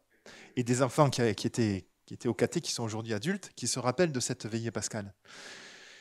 Bon, on n'est pas obligé de le faire, ça peut paraître un peu, pareil, un peu exotique et tout ça.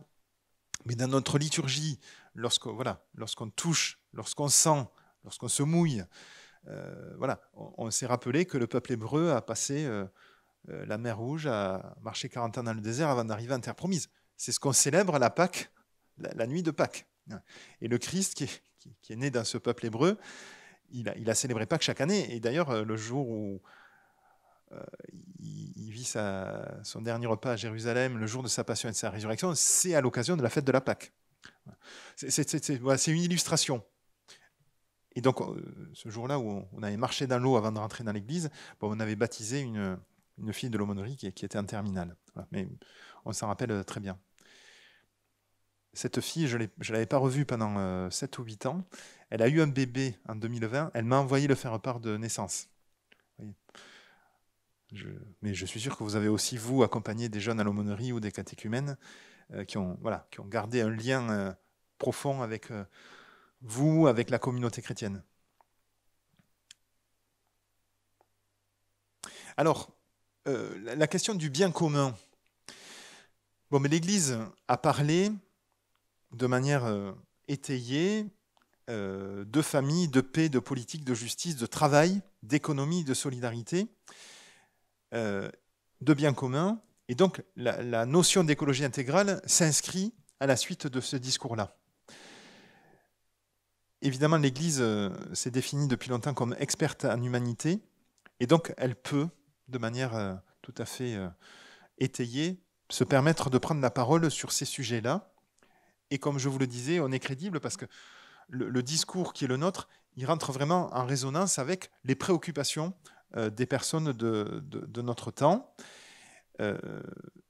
Et à plus forte raison, lorsqu'on parle donc de solidarité, puisque le pape François, quand il parle d'options préférentielles pour les pauvres ou de recherche du bien commun, pour lui, ça a d'autant plus de résonance, et pour lui, et pour son discours, et pour la théologie, et pour notre spiritualité à nous. Voilà, ça, c'est pas dans Laudato Si, c'est dans Gaudium et Spes. Dans Laudato Si, il est dit ceci: dans les conditions actuelles de la société mondiale, où il y a tant d'inégalités et où sont toujours plus nombreuses les personnes marginalisées, privées de droits humains fondamentaux, le principe du bien commun devient immédiatement, comme conséquence logique et inéluctable, un appel à la solidarité et à une option préférentielle pour les plus pauvres.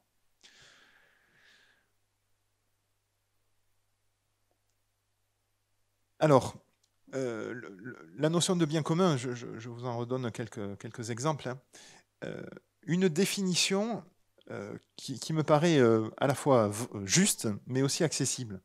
Le bien commun, c'est quelque chose qu'on recherche tous, dont on a tous besoin pour bien vivre ensemble, et pour laquelle on a tous besoin de s'y mettre pour y parvenir. La paix, c'est pas compliqué. Moi, je crois qu'aujourd'hui, le défi de tout groupe humain, et on peut en parler avec les élus, hein, les maires de nos villes et de nos villages, c'est de vivre ensemble. Et on sait combien, mais on peut en parler avec des pères et des mères de famille, ne serait-ce qu'à l'échelle d'une famille. Vivre ensemble et bien vivre ensemble, c'est un défi pour notre monde qui a tendance un peu à se morceler. L'ère du numérique, en plus, n'arrange pas forcément les choses. Nous avons un défi de vivre ensemble, de bâtir la paix. Bon, je crois que la démocratie, je ne fais pas de politique, mais pour moi, le Brexit, c'est très inquiétant. Parce que c'est peut-être un peu le début de la fin. Or, aujourd'hui, sur le continent européen, si nous vivons en paix depuis 75 ans, c'est grâce à la construction européenne. Et heureusement que le couple franco-allemand va plutôt bien, mais ça n'est pas gagné, et c'est quelque chose que nous avons à bâtir au quotidien. La paix, ça n'est jamais acquis d'avance. La paix, ça se rebâtit tous les matins. Voilà. Et donc les questions de pollution ou de qualité de l'eau, de l'air et des sols, c'est le bien commun. Alors on a pris souvent l'exemple de la catastrophe nucléaire en Ukraine dans les années 80, à Tchernobyl. Bon, mais évidemment, il n'y a pas de frontière dans le ciel pour pas que le nuage radioactif vienne chez le voisin. Mais pour la pollution, c'est pareil. Si le pays qui est en amont du fleuve pollue l'eau, je crois que c'est le cas de l'Éthiopie par rapport à l'Égypte, et bien évidemment, le pays qui est en aval a moins d'eau, a de l'eau de moins bonne qualité, etc. etc. Si vous êtes dans un monde en Vaucluse assez agricole et assez lié au monde de la vigne, plus que dans l'Hérault, je pense. Si un viticulteur choisit de passer au bio, d'abord il faut un cycle de 5 ans pour y parvenir. Très bien. Mais si le voisin continue à mettre des pesticides dans son champ et que le vent dominant ramène les pesticides, c'est impossible de passer au bio. Le bio, c'est très bien, ça n'est pas une religion pour autant. Mais c'est un exemple par rapport à la qualité de l'air, des sols, de l'eau, etc. Et c'est ça le bien commun, c'est-à-dire ce que nous cherchons tous ensemble et dont nous avons tous besoin, mais il suffit qu'il y en ait un qui ne s'y mette pas pour qu'on n'atteigne pas l'objectif. Ça va toujours ?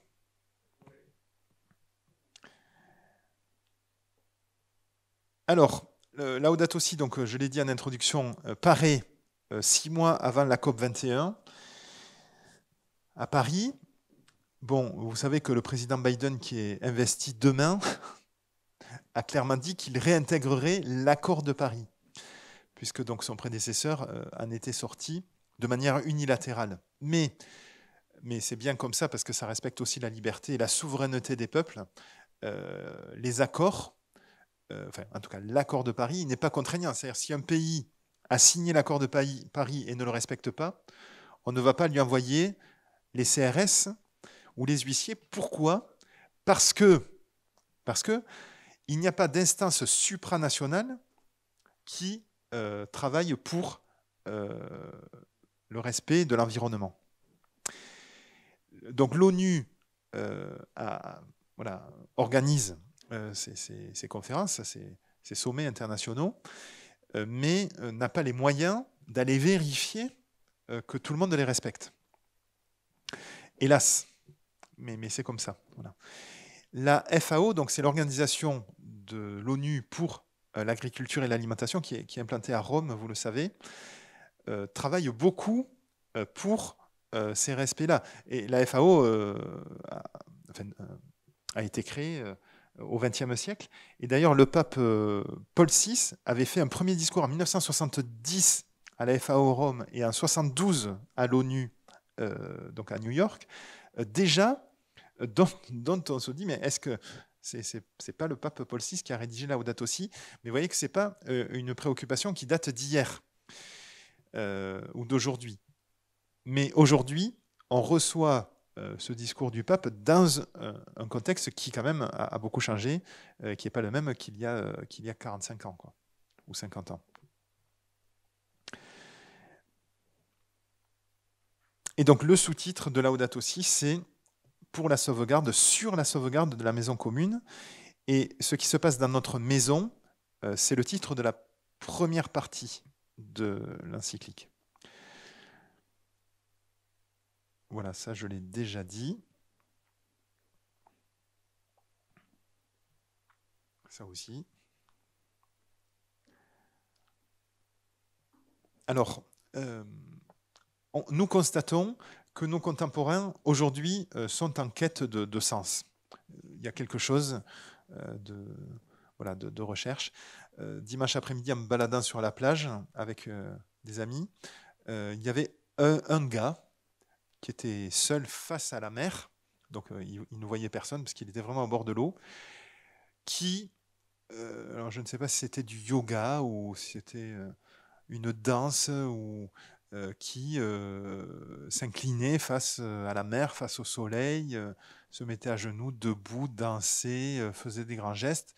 Ça ressemblait à quelque chose de religieux, mais étrange pour nous, évidemment.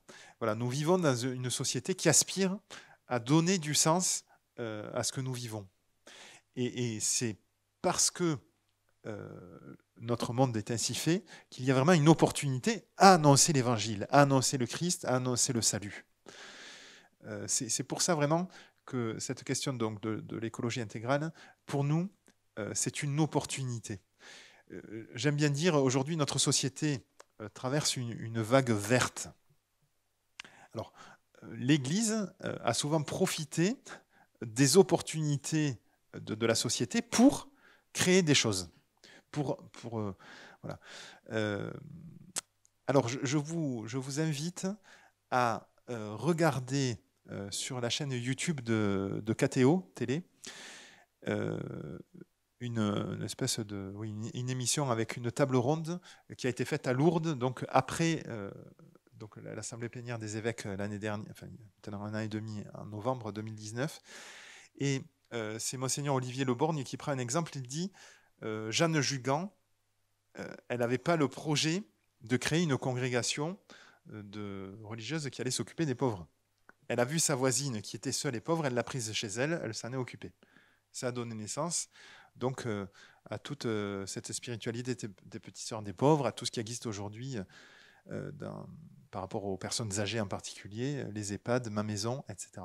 Mais peut-être que notre société d'aujourd'hui, la situation dans laquelle nous vivons, et cette nouvelle proposition à la fois de pastorale et de spiritualité donnera naissance à quelque chose de nouveau. Nous sommes à la préhistoire du changement. Et c'est ce que je disais aussi, donc le 6e chapitre de l'encyclique est intitulé « Éducation et spiritualité écologique ».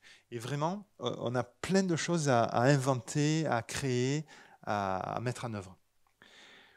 Je prends un exemple. Les Scouts et Guides de France me demandent chaque année d'être directeur d'un stage BAFA. Donc on a 40 stagiaires, des chefs scouts qui ont entre 18 et 23 ans, et qui viennent passer une semaine complète du samedi au samedi d'après un stage pour apprendre à faire des veillées, des grands jeux, animer des gamins, monter un projet pédagogique, etc. Je suis toujours attentif, mais je m'adresse à mon confrère, quand c'est moi qui suis le directeur, qu'il y ait un autre prêtre qui soit l'aumônier du stage. Hein. Je ferme la parenthèse. Et depuis quelques années, donc, on a à cœur de mettre dans le projet du stage tout ce qui est respect donc de l'environnement. On vient au stage avec des poules, on mange que du local, on fait du circuit court, on fait du covoiturage pour y aller. Bon, voilà. Et c'était il y a moins d'un an, parce que c'était en février dernier. Donc il y avait 40 stagiaires. C'était dans la région de Toulouse. Et le premier soir, alors vous savez, quand on est directeur du stage BAFA, le premier samedi soir, on est regardé. Et puis c'est un peu comme quand on est le curé ou même l'évêque, on passe à table et puis personne ne veut se mettre en face du directeur, quoi. En fait, la stratégie, c'est plutôt de s'asseoir le dernier à table. Et donc je m'assieds à la place qui reste de livre. Je ne sais pas, monseigneur, si vous faites comme ça, mais parfois, personne ne veut se mettre en face de l'évêque, à table. Donc je m'assieds à la dernière place qui reste et je suis face à un stagiaire. Donc il faut imaginer, ils arrivent, ils en connaissent un ou deux, mais ils ne connaissent pas les autres. Ils sont là pour 8 jours, ils sont 40, nous on est 8 ou 9 ou 10 formateurs. Et il se trouve en plus que le directeur du stage est prêtre, et que sur le stage, il y a donc un autre prêtre qui est l'aumônier du stage, quoi, un aumônier scout, l'aumônier territorial en l'occurrence. Bon, je m'appelle Luc, j'ai étudié en école d'ingénieur, bon, très bien. Mais alors déjà, il commence à vous voyez, c'est bon, je commence à avoir des cheveux gris. Je vais vous dire quelque chose, moi je ne suis pas du tout catho. Hein. Bon, il n'y a pas de souci. Chez les Scouts et Guides de France, c'est un mouvement catholique ouvert à tous. On ne demande pas de certificat de baptême pour être ni scout ni chef scout, évidemment. Et alors je dis, mais oui, tu es étudié en école d'ingénieur, oui, tout ça. À Centrale. Ah, bon. Et ouais, en 5e année. Ah bon, je dis, mais tu dois être en stage alors actuellement. Oui, mais après la semaine de stage BAFA, je commence un stage en entreprise. Ah, bah, très bien. Et il me dit, mais il y a des poules là sur le stage BAFA. Alors je dis, bah oui, on a mis dans nos priorités le respect de la planète, etc. Chez les Scouts et Guides de France, pédagogiquement, ça s'appelle habiter autrement la planète. Et on a mis HALP, ça fait Alpes. Bon, voilà. Ça fait partie de nos priorités pour cette semaine. Ah bon, très bien. Alors il me dit, moi, avec des copains étudiants, on a monté une association qui s'appelle le Manifeste pour un réveil écologique. Ah oui, c'est sympa tout ça. Qu'est-ce que vous faites? Alors tenez-vous bien. Donc ils sont en 5e année d'école d'ingénieur, donc ils sont sur le marché du travail dans 6 mois. Bon, ils sont à Centrale et ils vont rencontrer des patrons de grandes entreprises à la Défense à Paris, hein, pas n'importe où, des patrons de banque, les patrons de Total, patrons de grandes boîtes, d'Enedis et autres, et ils vont leur dire, voilà, nous, on est de l'association Manifeste pour un réveil écologique, on a 23 ans, dans 6 mois, on est sur le marché de l'emploi, on vient vous dire que chez vous, on ne viendra même pas déposer un CV ou une lettre de motivation parce que vous n'êtes pas en alignement avec ce que nous croyons, ce que nous pensons, ce que nous disons et ce que nous faisons.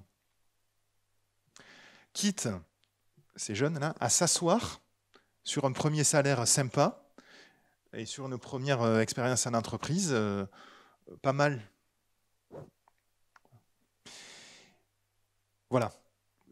Juste pour dire à la fois que cette question-là nous concerne tous, notamment les jeunes, qu'on a plein de choses à faire, qu'il y a plein de choses à inventer, et que des personnes sont capables un peu de se mouiller, un peu de donner de leur personne.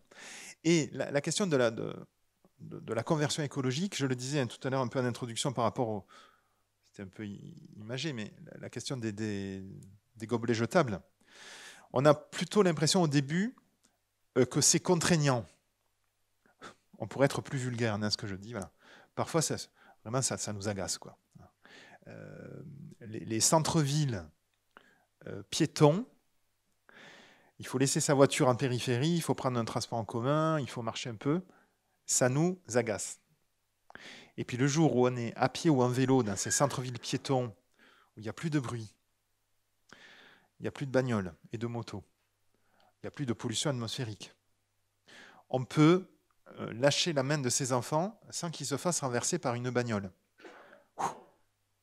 Aïe, ça paraissait contraignant au début, mais il y a un sentiment de satisfaction, de confort, de bien-être qui est quand même beaucoup plus important que l'effort que ça a demandé initialement. Et tous ceux qui sont dans ces démarches un peu de transition le disent. Bon, je prends l'exemple des centres-villes piétons, mais il y a plein d'autres exemples. Il y a plein d'autres exemples. Ça va? On continue. Voilà, c'est ça. On arrête vers avant moins 20, en tout cas, c'est ça. Alors, la question donc d'écologie intégrale. Le pape Paul VI, il avait parlé de développement intégral. Voilà. Donc le mot intégral, ça ne veut pas dire intégriste, ça ne veut pas dire exclusif, mais ça veut dire qui intègre à la réflexion les dimensions de la vie, pas uniquement le sujet auquel on s'intéresse, mais ce qui est autour. Alors, la notion d'écologie, elle date du 19e siècle, donc par ce biologiste allemand qui s'appelle Haeckel. Donc pareil, ce n'est pas une réflexion qui date d'aujourd'hui ou d'hier, c'est déjà un peu ancien. Et puis, vous êtes plus fort en grec que moi, mais vous savez que le mot oikos, qui veut dire maison, on le retrouve en français donc dans économie, qui veut dire la gestion commune de la maison, et dans écuménisme. Et ça, je crois qu'on a quand même beaucoup de chance d'avoir cette racine-là, à la fois dans le mot écologie et dans le mot écuménisme. Donc le sujet de l'écologie au début du XXIe siècle intéresse tout le monde. On l'a dit, mais je crois qu'il faut vraiment se dire, ça intéresse les États, les ONG, l'industrie, l'économie, la politique, les familles et les individus. Je connais à Montpellier, c'est plus facile quand on est en ville que quand on est à la campagne, des familles cathos avec 4 enfants qui ont choisi de ne plus avoir de voiture. Bon, ils font beaucoup de choses à vélo. Il y a le tram. Ils sont abonnés à Module Auto, donc c'est l'autopartage. Et puis ils disent, l'été, quand on a besoin d'une voiture, on en loue une 15 jours. Ça nous coûte beaucoup moins cher que de devoir en acheter une, l'assurer, la stationner toute l'année. Voilà. Et parce qu'on n'a pas de voiture au quotidien, on s'aperçoit quand même que globalement, même si on en avait une, on s'en servirait moins. Parce qu'on prend l'habitude aussi de se dire, mais on peut s'en passer. Et j'introduis là une notion qu'on développera, j'espère, cet après-midi, c'est celle de sobriété heureuse. C'est posséder moins pour vivre plus, ou pour créer plus de liens. La sobriété heureuse, vous savez, c'est ce philosophe Pierre Rabhi, qui a des proximités avec vous d'ailleurs, parce que avec les dominicaines de Tolignan, je crois, qui est un peu son fief spirituel. Donc c'est cet homme d'origine algérienne qui est devenu chrétien et qui donc a beaucoup médité. C'est assez spirituel sur plutôt dans les 20 dernières années du XXe siècle sur cette notion-là. Voilà. Et la notion de sobriété heureuse, c'est plutôt Pierre Rabhi qui l'introduit.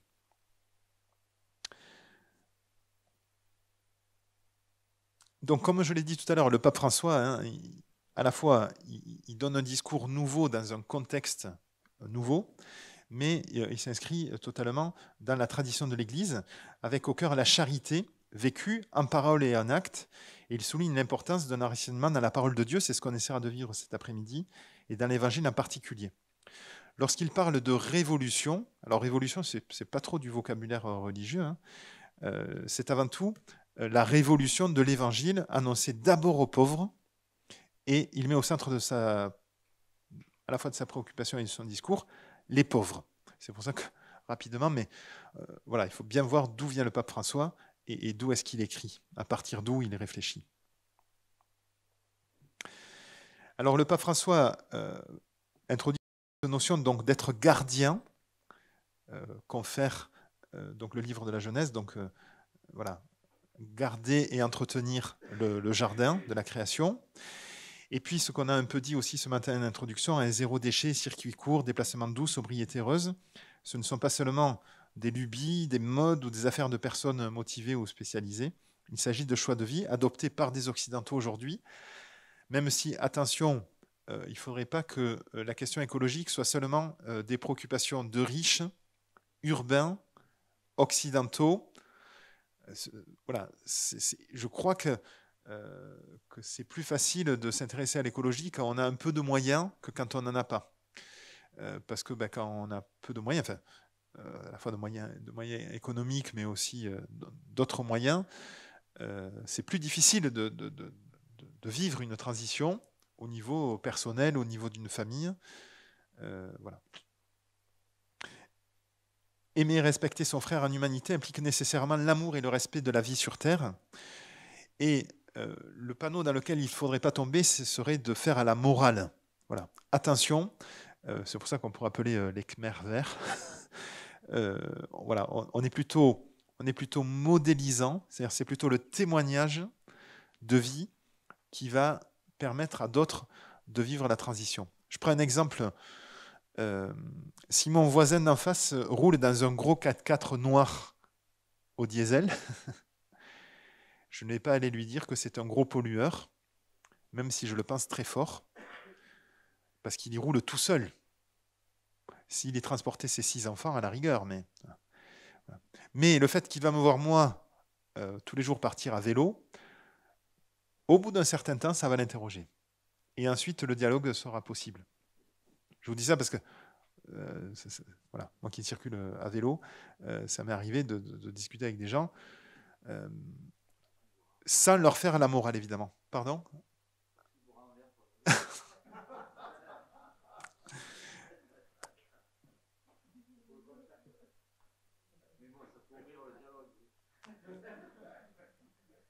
Voilà, c'est le mode de vie qui va être un témoignage et qui va permettre voilà, d'engager un dialogue parce que cette préoccupation, c'est vraiment une zone de contact entre l'Église et la société et que nous sommes crédibles sur ce sujet.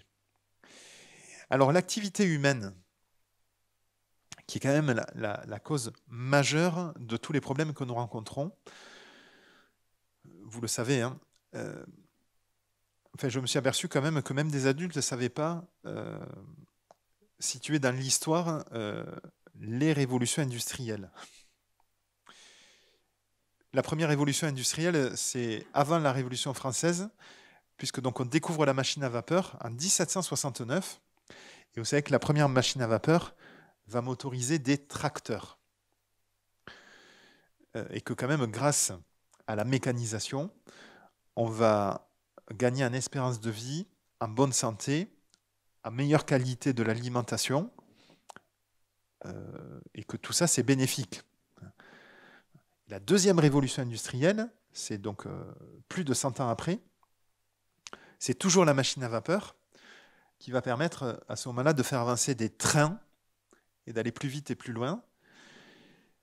Et puis vous savez qu'on va donc découvrir et exploiter d'abord le charbon, puis le gaz et le pétrole, qui sont des énergies fossiles, c'est-à-dire non renouvelables, que nous exploitons dans le sous-sol et qui sont parfaitement dans le cycle du carbone, mais qui, hélas, une fois qu'elles sont consommées, rejettent donc du CO2 dans l'atmosphère. Et le problème est là, puisque donc le CO2 dans l'atmosphère contribue au réchauffement climatique, puisque ce sont les gaz qu'on appelle à effet de serre. Et le point sur lequel tout le monde doit travailler, c'est ça. On peut travailler sur tout le reste, les abeilles, la montée des eaux, le tri des poubelles, etc. Mais le problème majeur, c'est tous les rejets de CO2 dans l'atmosphère. Nous en avons rejeté tous depuis ce matin que nous sommes levés. Nous avons consommé de l'eau chaude pour nous doucher. Nos bâtiments sont chauffés. On s'est déplacé. On a fait notre café. C'est éclairé. Le vidéoprojecteur et l'ordinateur tournent depuis 2 heures, etc., etc. Et tout ça, c'est forcément produit par combustion. Et je ne parle pas de l'industrie, de la grande distribution, des avions, des cargos, etc., etc.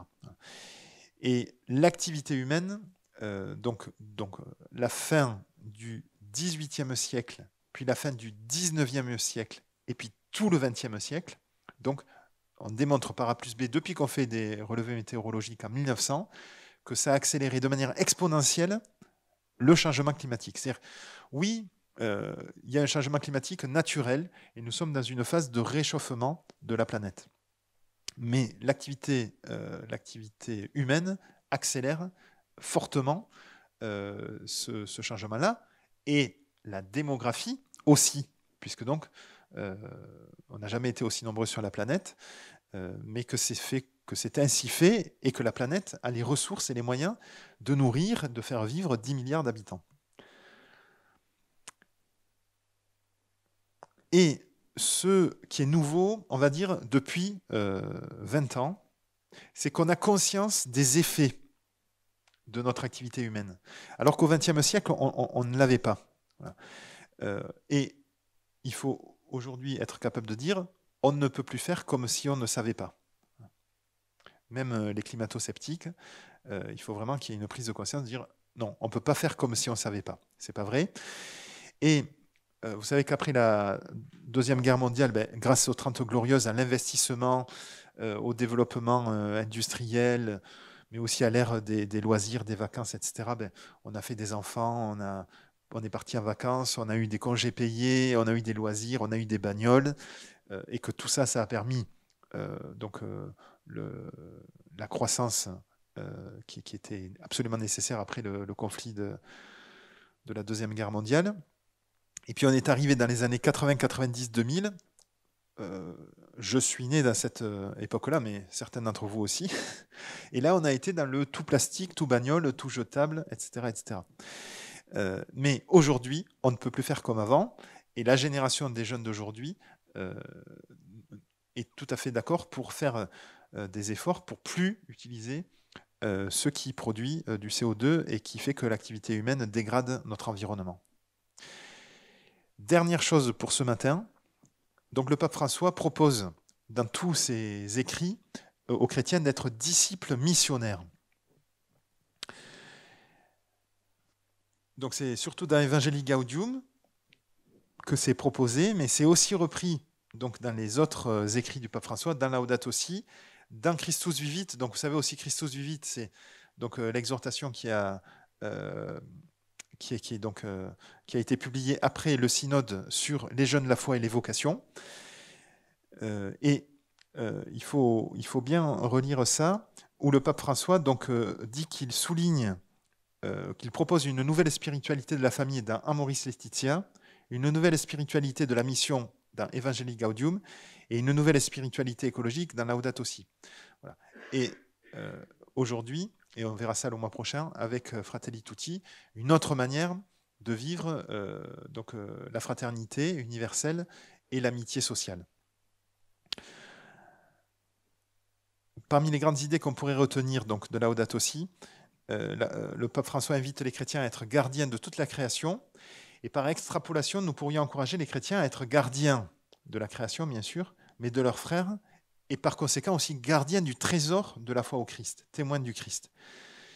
Et s'il y a une nouvelle génération de chrétiens, ce que je crois, il y a probablement une génération François ou une génération Laudato Si chez les jeunes cathos, alors que peut-être leurs parents étaient de la génération Jean-Paul II, et que ces jeunes-là sont aujourd'hui sensibles aux questions de solidarité internationale, de dérèglement climatique, de migration ou de grandes mutations de l'humanité.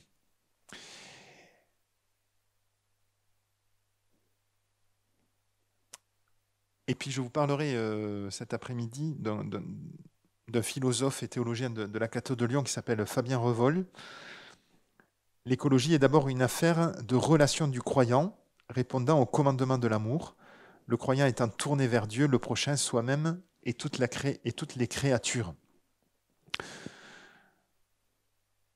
Il y a donc une manière de penser chrétiennement l'écologie, non pas à la manière de l'écologie politique, mais plutôt avec une vision intégrale, conclusion de ce chapitre sur l'écologie intégrale, qui intègre donc à la réflexion toutes les dimensions de la vie, y compris au centre et au cœur de la préoccupation, la vie humaine, qui est hautement estimée et sacrée. Voilà pour ce que je voulais vous proposer ce matin.